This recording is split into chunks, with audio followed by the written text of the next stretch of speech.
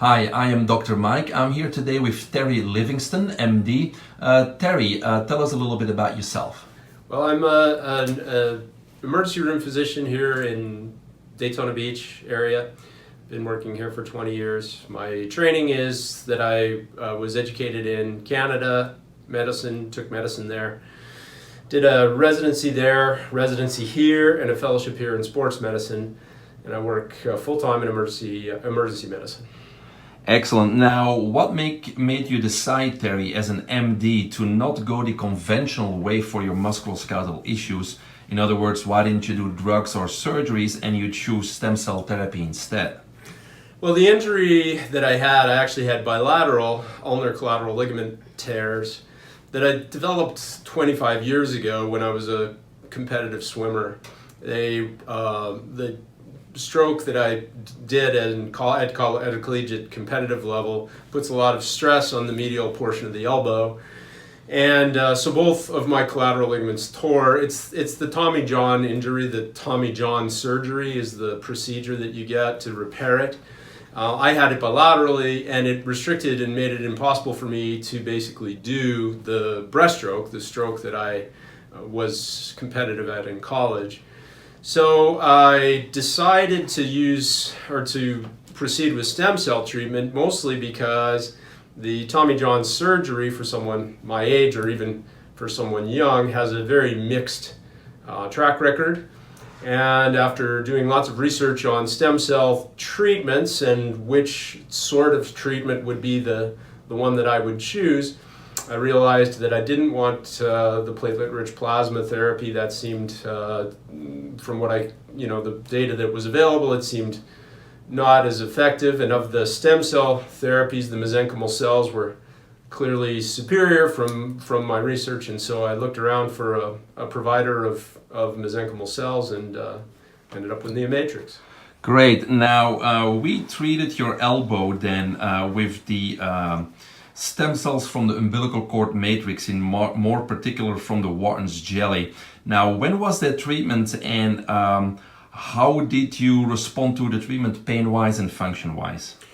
Well, prior to the treatment, I had a demonstrable defect. There was an almost 1 centimeter gap. It was an 8 millimeter gap between the ends of the severed collateral ligament that had been there, as I said, for 25 years. So realistically, I wasn't optimistic that I would get functional resolution. I was just mostly hoping for pain control, that I would have decreased pain in my daily activities, and particularly when I work out or stress the elbow.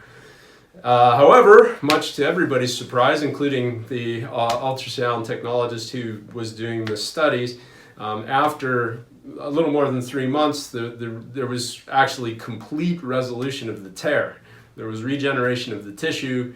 It was bridged. My functional capacity was back to basically what it had been when I was 25 years old, and I have no pain. All right, so those are great results, no pain and maximum functional capacity that you weren't be able to enjoy for many, many years. So those are great results. Now, Terry, I heard you referred some of your patients, but also some family members. First of all, thank you for that, but any input on that? Yeah, well, I actually got my other elbow done because have had the same kind of result. My son had torn his anterior talofibular ligament on his left elbow or his left ankle several years earlier, and it wasn't healing, and so he had a functional deficit, and so we got him treated, and it was remarkable. It's actually you could see physically the resolved tendon because he's thin, and under stress the tendon sheath was visible, and you could see that it was not there and now it's there. I mean, with your eyes, not only with the ultrasound. So he's had a great result.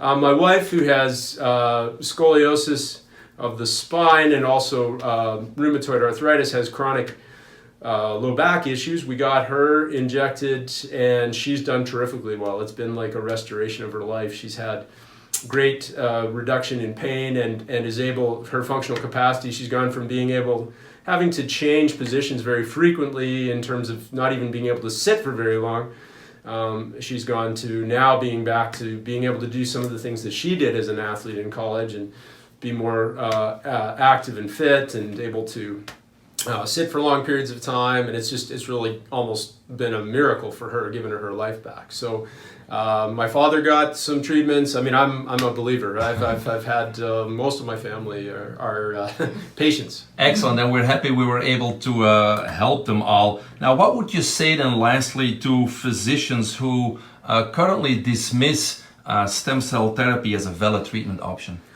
Well, I think there aren't very many of those. Honestly, I think stem cell therapy is entering the mainstream.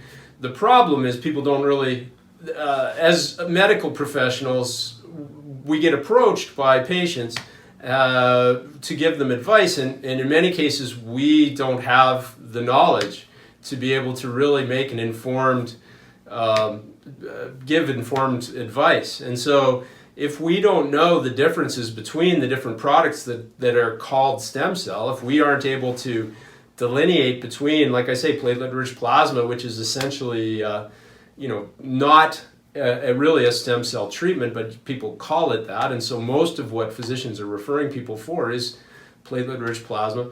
I think what's important for physicians to do, especially in this day and age, I think for all of us, anyone who sees patients on a primary basis, or even not, because we'll all be approached by people who ask us about these new therapies. I think it's incumbent on us to be educated and informed, and the mesenchymal products, and particularly the umbilical cord products, are clearly the superior product that's available. And as the technology advances, things will change, and I think it's important for physicians to at least be aware of what the treatments are, what their